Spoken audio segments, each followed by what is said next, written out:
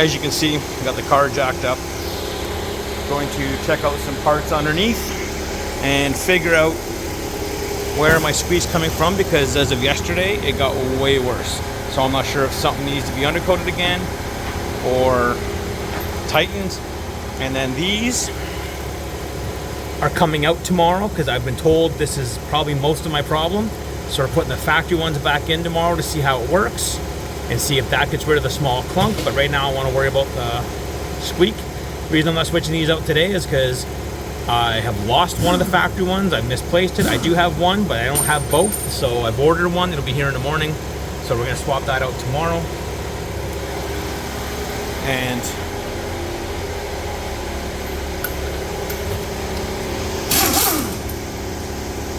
we'll try to locate the squeak today. It's now moved from the passenger side to the driver's side. So I've been asked which parts are my BMR suspension parts. So now that I got the wheels off and the car jacked up, I'm going to quickly show you which ones are all BMR. So we can go from there and try to figure out my solution here. So we got that one right there. So I got anything in red. That one, this one right over here that goes down there for the lower. The sway bar.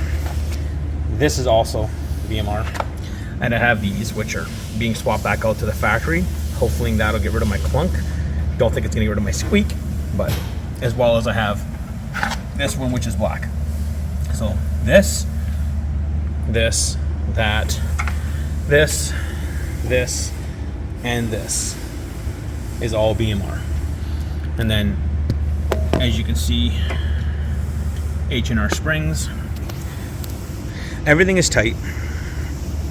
Everything is greased, but we're going to re-grease it again today, because like I said yesterday, the squeak was horrendous to the point that I almost wanted to pull over and call tow trucks. I couldn't handle the squeak anymore. Yeah, I'm being a bitch, but it's annoying and I don't like it.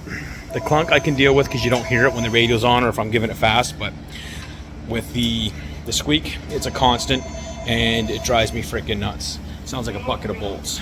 But the weird part is, this morning, no squeak. Yesterday, squeak all day. So, I don't know. I'm at a loss. But we'll see. See, I'm under the car now. And that's greased. That one's greased. Those little brackets right here, and on the side we have checked them. They also are tight. I don't get where it's coming from.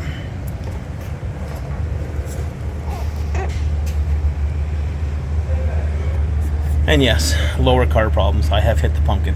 Look at that.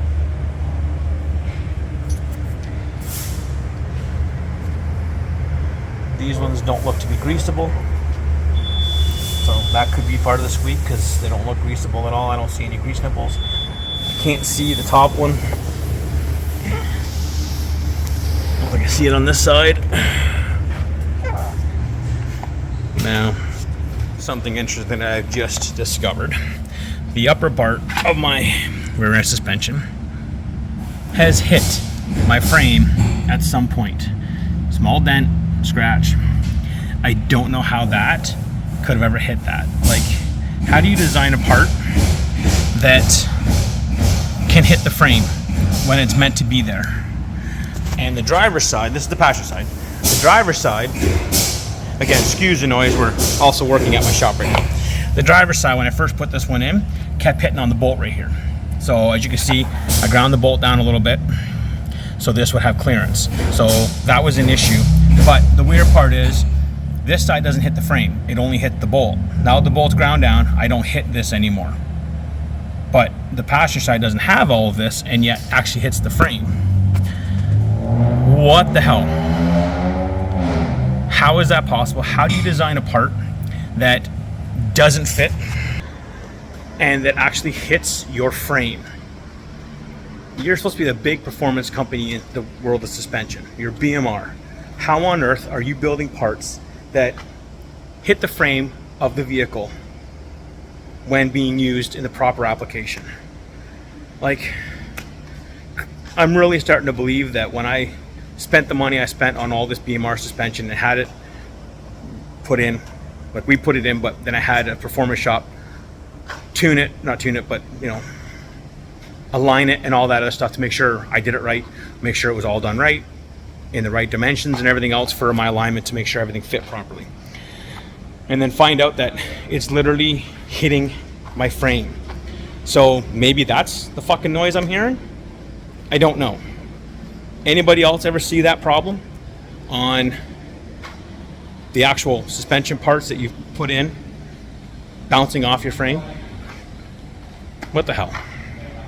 What's up, guys? The next day, got the parts for my upper shocks to put the factory ones back in, so I'm just heading to my shop right now to get the guys to install them. Hopefully it gets rid of the clunk. Although this morning I'm not hearing the clunk all so much, but I am still hearing the squeak, so I have no fucking idea. But we'll get it on, get up on the hoist, get those parts on, swap out the MBR upper shock mounts, and see if I see a difference or hear a difference. Hopefully this isn't a waste on purchasing them again, because like I said in the last video, I lost one. So I had to buy one more from Ford. So hopefully it's not a total waste. And my part just arrived at my shop. Thought it was here already, but apparently not. And there's the delivery guy right there. Thanks so much. As you can see, because the car is so low, I gotta build these blocks to get the car up off the ground so we can get the jack under the car, because if I don't do that, can't jack it up. So I got Jeff over getting the lug nuts loose, and then we'll get the car lifted up, get tires off, pop the shocks out, and put these back on top of my shocks. This is my old one with the hardware. This is my new one that I lost the old one. Not sure where it went, so I'd order a new one. So that's this right here. So let's get started on that. All right, so we got the car up. Tires are off. So we're undoing this. So you undo this. Undo the 2 bolts. And down there you can see the top of it there. So you got to get them from underneath. And then once the shock is out, then you can undo this bolt, and then there's 2 bolts. Actually, one right up top there, one directly behind there. Then that plate comes off. Then we'll bolt the original plate back on, take all of this off my shock, bolt the other bracket on this shock, and then put the 2 bolts back down there, everything back up there again, and hopefully that'll get rid of the clunk. We blackened these again. They did not touch as of yet, and I have driven it a bit, so maybe we finally sanded it down far enough. Let's go check the other side.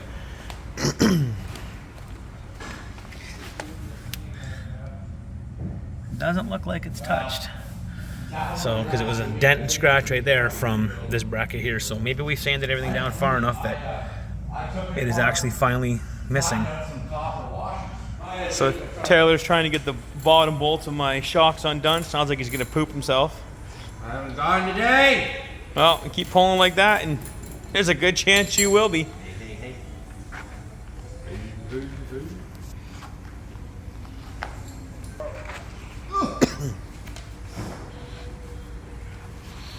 Got Taylor working on the Mustang. Got Jeff over here doing a windshield on this Mitsubishi. This Mitsubishi Eclipse. Acts like he knows what he's doing. Oh, I like to fake it like the best of them. Yeah. The small red thing has to come off, correct? The top red thing, yes.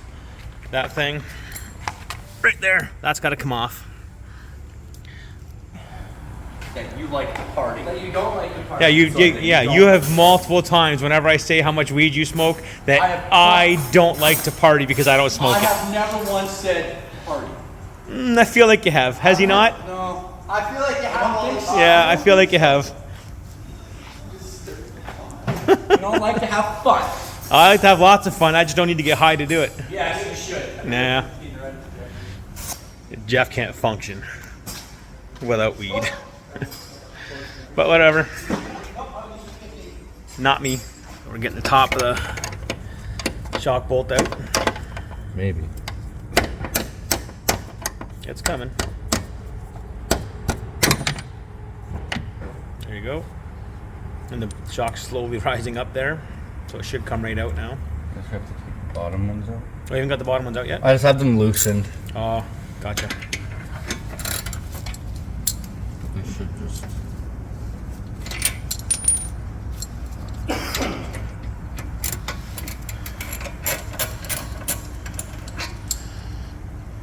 Hello? Oh.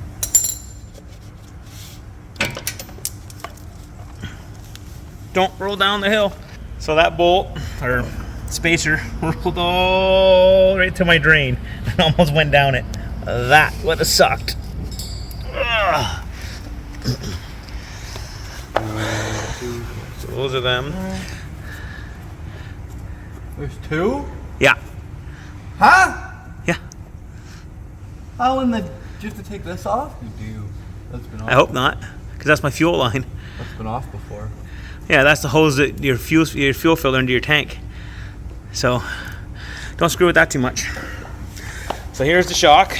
So we've got to take this off the shock and put the factory one back on it, and then reassemble everything and take that red thing out.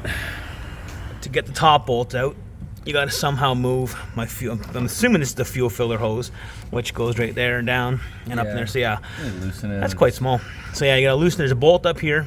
Loosen this to get it out of the way to get the bolt that's there. Bolt on top. Then this, and on these bolts, then this can come off, and we'll put the new one on. Oh yeah.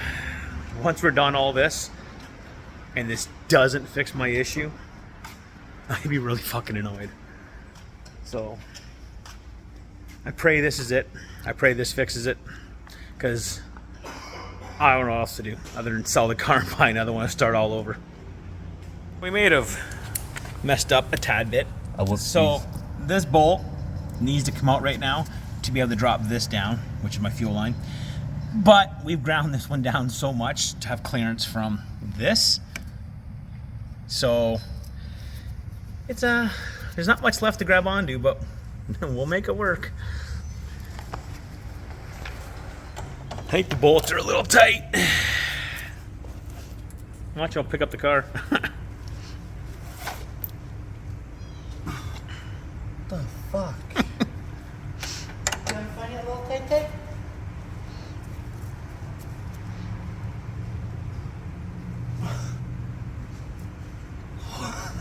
Wow. Yep, they're tight. So we've gotten the bottom one out here, as you can see, but we're struggling getting the one up there because we can't get this out of the way, even though we got this bolt out and it is loose. It just doesn't, and the one up there is out, but it's not loose enough to actually get out of the way. So we're fingering it out.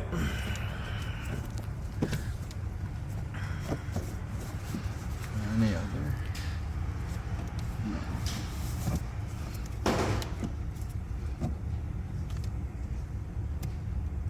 See, if you go up like that, you might be able to put a swivel on it.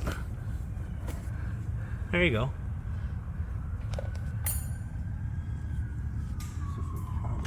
Oh, you know what?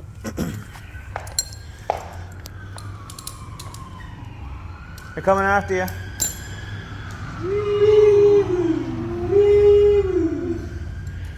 Oh, I work with a bunch of imbeciles.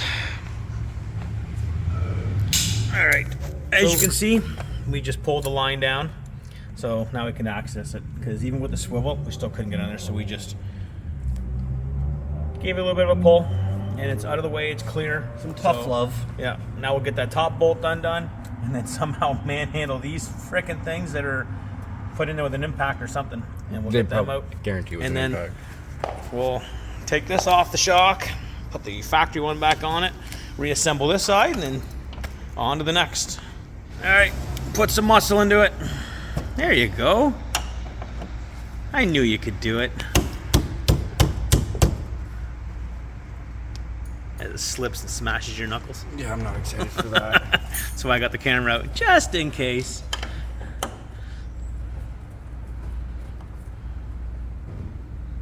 Air vent. Make sure that gets tucked where we're supposed to go. Yep.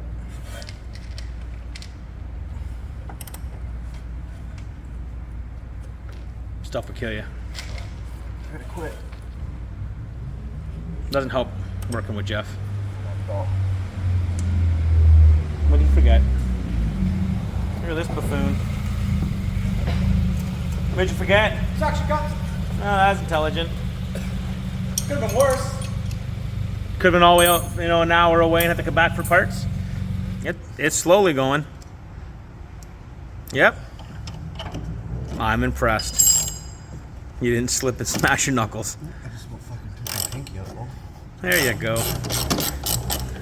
Cleaned up the spots and then undercoated them. Plugged the holes up there going into my trunk. So I'm going to spray all that, get it all cleaned up, and then we'll start reassembling. Alright, got the top of the shock all done again, so it's back to normal. So we'll just get that swapped out and put back into place once that all dries. Take the bolts out of this.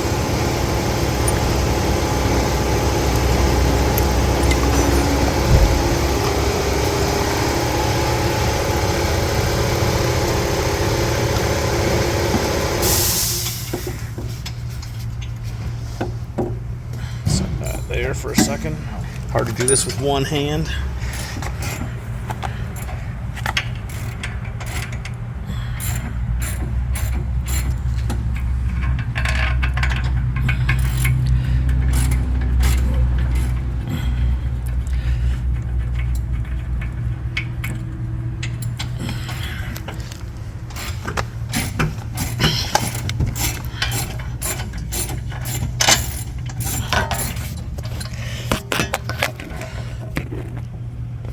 Those two bolts back in, not tight yet, but you got to push this down and get it to sit under these pegs, and then you can put your bolts back in right there. So yeah, fun times. Hard to do by yourself with one hand.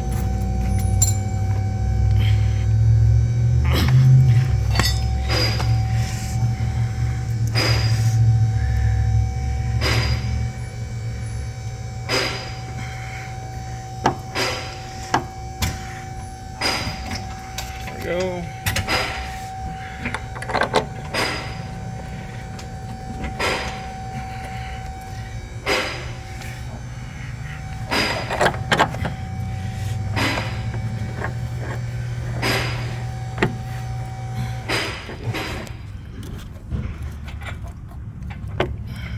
Sorry for the close-up. Trying to do this all with one hand. So that one's in. Just gotta tighten those bolts. Those two bolts, and put tires back on. Well, it's tight. Don't mind my zip tie. This ripped, so it doesn't fit up there anymore. But tight. It's been lowered down. I know it's not optimal, but those are tight. So the shock's all back in. Everything's all done. Just got to put the wheel back on and take it for a drive and see if that has fixed the issue. And then if that's the case, great. If it's not, then I'll probably put them back on, to be honest, and figure out a different solution. I don't know what to do. So I'm really hoping that this does it. We're just tightening up the driver's side now. Wheels will go back on, clean up this mess, and we'll go for a drive and test it out. Well, the unfortunate part is still doing it. So it clearly wasn't the top, like the top shock mount that a lot of people have thought or suggested. So that was a waste of $123 buying that part that I lost, that I had to, get another one from Ford, and a waste of 2 hours swapping everything out. So awesome. Now what? What do I change now? What possibly is causing this? I don't know. But I don't know if you can hear it in the video, but can definitely hear it while I'm sitting here talking to you guys. And it literally just sounds like a tapping in the driver's rear.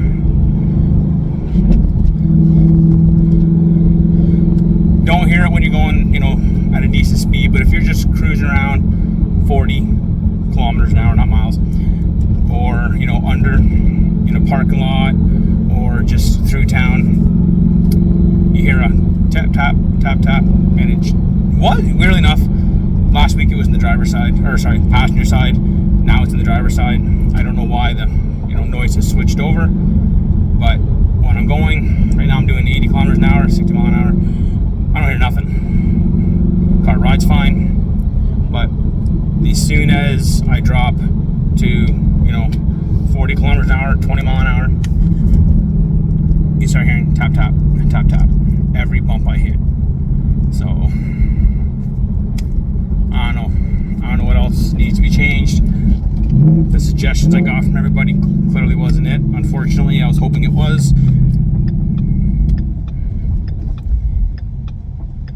But I don't know. I don't know.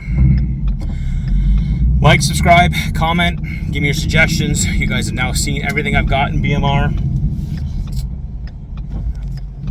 Let me know what I can do. What's your thoughts?